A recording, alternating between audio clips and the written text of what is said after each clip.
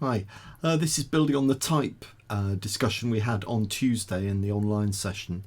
This is the practical bit on the Thursday, so this is what I'd like us to do. This covers the full 2 hours, so I'll break at various points and we'll set timers going, but there's a couple of, well, 3 different tasks that I need you to have a go at during this. The last one is the task that is part of the assessment that I need you to work on out of the session as well. So practical type basics. We're looking at kerning, tracking, baseline shift and leading. So kerning and tracking is adjusting spaces between text this way. Baseline shift and leading is spacing between lines this way. Okay, so let's just get started. So kerning is the space between 2 letters. Okay, so you can see here, and it's not a case of measuring it, it's a case of doing it optically. So even though the lav on the right, the gap between the L and the A at its closest is very, very small, visually it probably feels about right with that kind of space. So it's not just a case of measuring, it's to do with optically getting it right and just looking at the sort of spaces. Tracking is the space between all the letters. Okay, so when you've adjusted the kerning of specific pairs, maybe then you adjust the tracking and it will adjust everything together. So tracking can make lettering here join up or spread apart, but probably you need individual adjustments of the kerning. So it's probably tracking and kerning if that's where you need to head for. Leading is the space between lines, and if you have it too tight it makes it difficult to read. If you have it too wide it's also difficult to read, but in a different way. So that's leading. Then there is something called baseline shift, and you can adjust. The way I use baselines is to think about adjusting locally. It's a bit like the difference between kerning and tracking. Adjust the baseline just for perhaps a single word, but the baseline you can see is where the main bodies of letters are resting.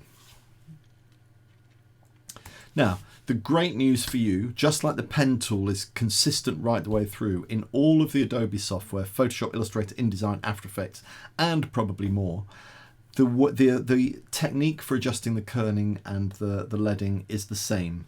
So I'm just going to very quickly show you in Illustrator. So if we just go to Illustrator and we just go new and we just go landscape. Okay, so I'm just going to put my name down. If you don't know me, my name is Mark Owen.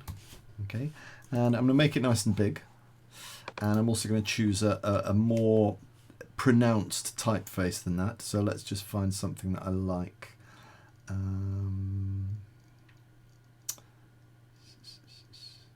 Well, I do like, have we got it here? Barrial serif. Okay, so I'm just going to make it bigger. So that's in the characters, and here it is, the character palette. So I'm actually going to pull the character palette off and have it on its own. It's under type, so we'll have it here because we're going to be using it quite a lot in a second. You can also, in here, you can say show options, so you expanded, you get more things. And just very quickly, I'm just going to increase the size of the type so it more likely fills the page. Okay. Now, what I want to show you is that if you put the cursor here, there is a keyboard shortcut, and it's it's Alt and the arrow keys, it's left and right, and you can pull it in. Now, if you look on here, this one here is the kerning, and you can see it's jumping in 20 units at a time. So there I think it's a bit too close. There it's probably about right, but if I want to adjust it more subtly than that, then I can just go to the palette and adjust it one at a time. But most of the time you'll find that you can just click and use the Alt and arrow keys to adjust things very quickly. Okay, so I'm going to adjust these just visually so that they feel about right. That's too much. That's interesting now. Okay, so let's just pull this one in. And you may find that things overhang on each other. So that's sort of where I think that one feels about right. That visually the spacing feels about right. But if I do want to go in and just change this one, for instance, make it a bit bigger, I can do it here. So if that's the wrong one, do it here. Okay, so I can change it 1 unit at a time. I'm not quite sure what the units are. You can also set it to auto and optical, which is Illustrator trying to do it. Now, if we just go to Photoshop, so here's Photoshop. Let's just drag it across and say new, and we'll go print A4 landscape. Same thing. I'll just type in Mark Owen. Okay, and I'm just going to select all, and I'm going to change it to, what did I have it before? Burial Serif, I believe. So Burial Serif, which is here. Unfortunately, I seem to have done it in capital letters. So let's just do that again. I don't know why it's coming out in capital letters. Let's just do, maybe I've got it set on the character palette to be all. Yeah, I'm not quite sure why we've got it all capital letters. Just see. Yeah, very strange. Anyway, doesn't matter. You can see that in here we've essentially got exactly the same things. Okay, so we've got and if you put your mouse between, let's make it bigger by the way, so let's just make it 72. So if I put my cursor here and use the Alt and arrow keys, it's the same keyboard shortcuts. Okay, then again I can go in here and adjust it or type letters, type things in. So it's exactly the same. Now I'm not going to do InDesign and After Effects, but the keyboard shortcuts and the way it works are the same.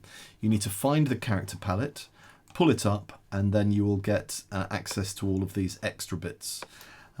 I can see, there we go, type options. Let's just turn that on. There we go. Okay, so now I can do exactly the same as in Illustrator. Okay, now InDesign, After Effects, all the same, exactly the same setup. So we're going to do it in Illustrator today, but this is where you need to be. So I'm going to change this to, I think I'm going to change it to bold, and now I can see it's a little bit too tight. But the other things that you've got in here, if we just put that on the layer on the line below, so we just need to make it a bit taller. So that was kerning. Now, if you select this line here and use the Alt and up and down, this is then adjusting the leading. Okay, so I can pull this all the way up. You've also got the ability to select an individual letter, and this one here is the baseline shift. There may well be a shortcut, but I don't know it, but then we can do individual letters. Okay, and you can just pull this together. So my suggestion is that we have a go at doing a simple word mark where we make it into a single piece. So for instance, this one, let's just do Command Z. Right, so let's just go into the layers and hide the pink layer a second. So what I've tried to do is I've adjusted these so that they all touch. That one, in actual fact, doesn't quite touch. So let's just quickly move this one up and across. Okay, and combining them into a single piece. Now this is done entirely with the character palette. There's no other tricks. I've not broken and moved the letters around. So this is the way I've done it. So if we just get the letter A, if I can get just the letter A, let's just move up and across, hold down Shift. Now what I can do now is let's just make a decision about what we want to do with that. So I think I'm going to get the baseline shift and I'm going to move it up. and I'm going to get the top of the A, that bit just there, to match up with the top of the M. And then to move it across, I can kern it. So that's Alt. Okay, and I don't want it to poke through. That's where I want it. Now I'm going to get the R to match up with the R here. The A, the tail of the A here. So again, I'm just going to kern them together, and then I'm going to get this, the letter, let's just put it here a second, move it back, hold down Shift to select the R, then I'll use the baseline shift to just shift that, which way should we go? Let's go down. So I'm going to get this to match up with that, like so. And then I'm going to get the K to match up with the R here. But maybe I also then want to rotate it. So let me just select the K. And let's do the baseline. Let's rotate it a bit here. So here's rotate. So I'm just going to rotate it over a little bit. Then I'm going to move it up.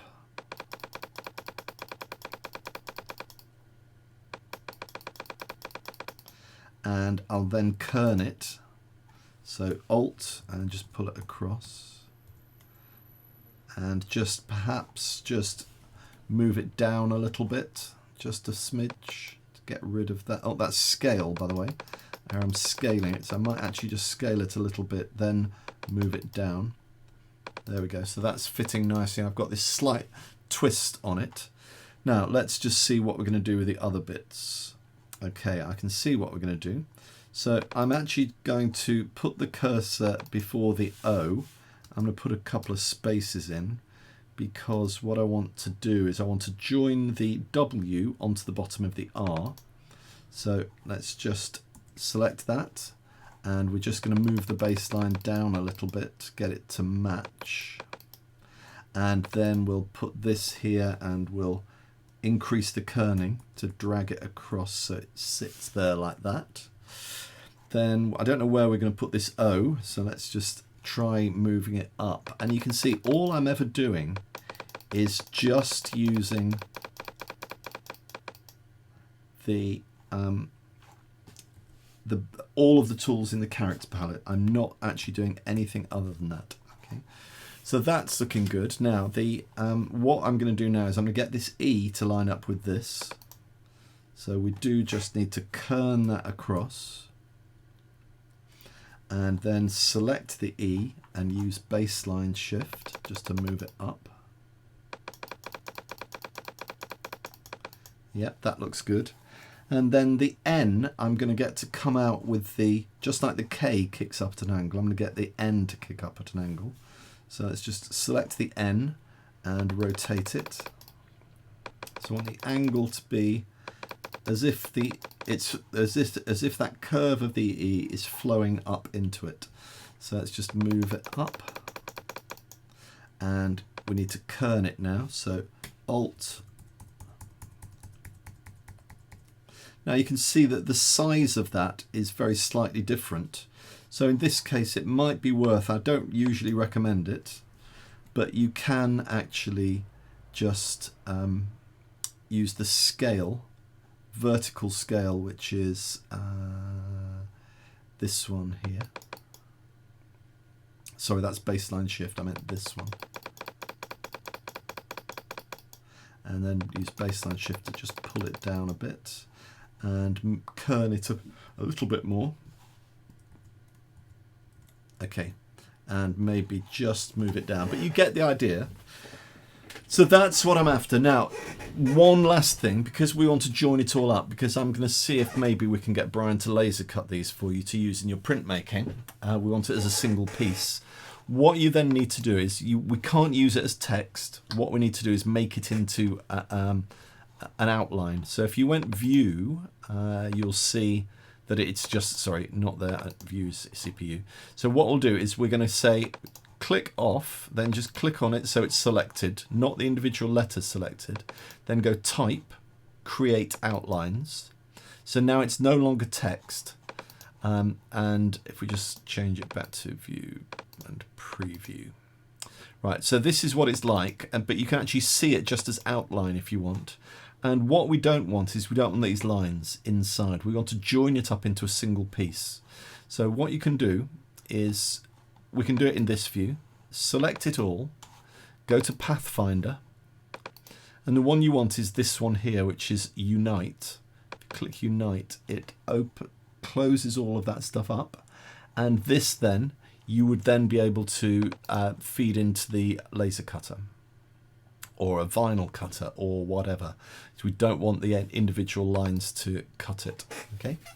Now then, what I did was just because I wanted to, I then just held down Alt, dragged a copy of it, changed the fill color to yellow, and then sent it to the back. So in the layers palette, you can then just go layers, which is here, open it up, and then you can just drag that one behind.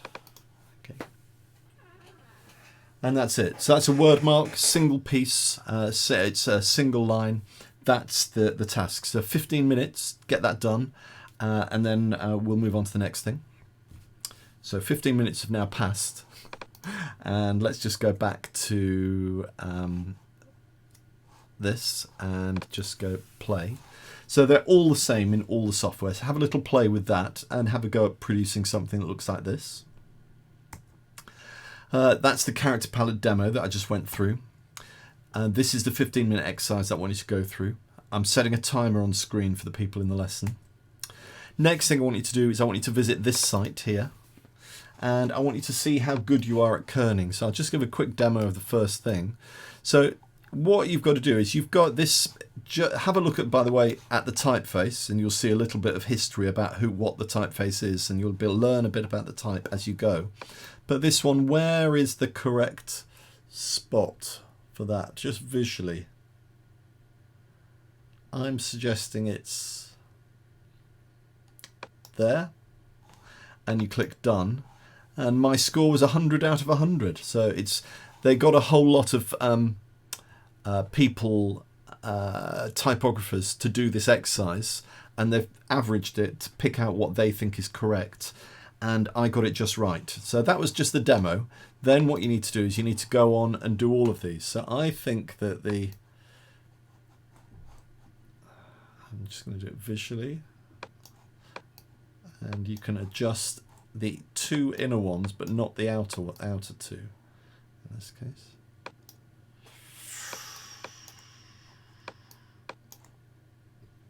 I'm going to say there, and 100.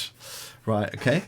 Now, there are about 10 of these, okay, so you can go through and try them, and at the end it will give you a score, and I want you to screen grab your score, because at the end of the day, when you've all got them, there will be a £5 prize at the end for the highest, the best, okay? Screen grab is required.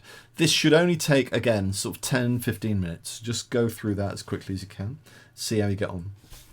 Now, task 7. This is task 7. So what this is typing it, choose a word with some kind of contemporary relevance. And I want you to, let's just go here a second and open it up.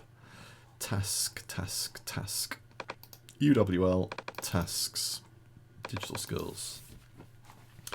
Okay, so what I want you to do is, first of all, have a look at these. Sorry about this, was badly scanned. This is from a book. But you can see it's the same word. So number 1 is just evenly spaced in the correct format. Then number 2, all of the 2s, all of this tone and pattern and everything is entirely generated by changing the leading. Okay, so this is leading only. Number 2 is leading only. And this one is leading only. And so you've got this change in tonality as it goes. Really interesting, just by selecting a line, changing the leading, tightening it up. And so using leading and kerning, you can adjust the density of the text and what it looks like. You can create tone on screen. So number 2s are all just the leading. Number 3 is just kerning. So you can see you've got it swelling out in the middle, and that's just from playing about with the kerning, okay, and the tracking.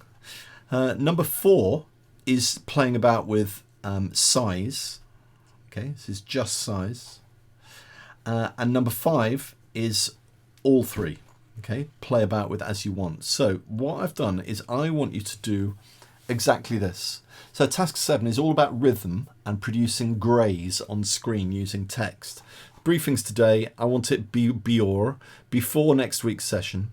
So choose a word, short phrase, make it a current word, make it something with meaning right now. For instance, coronavirus 2020, AstraZeneca, Diego Maradona, get me out of here, hand sanitizer. It could be anything, but something that's contemporary, that's to do with the moment.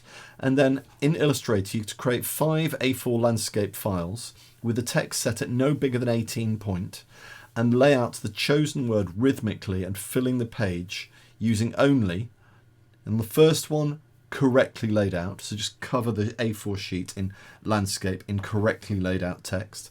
Second one, develop some kind of rhythm and greyness and changes in tonality only using kerning. I've done this the different way around to here. And then number 3, only using leading. Number 4, only using font size changes. And number 5, any combination of the above to produce these sorts of images. Okay, it's just about text and creating tonality by varying the spacing of the text, just to get you to grips with kerning and what it does. So this is the task for next week. Hopefully we'll get started on this in a lesson, and that's it. Okay, it's fun, this one, by the way, trust me. Okay, that's it. I'll see you either tomorrow or later on or online or something. Okay, bye.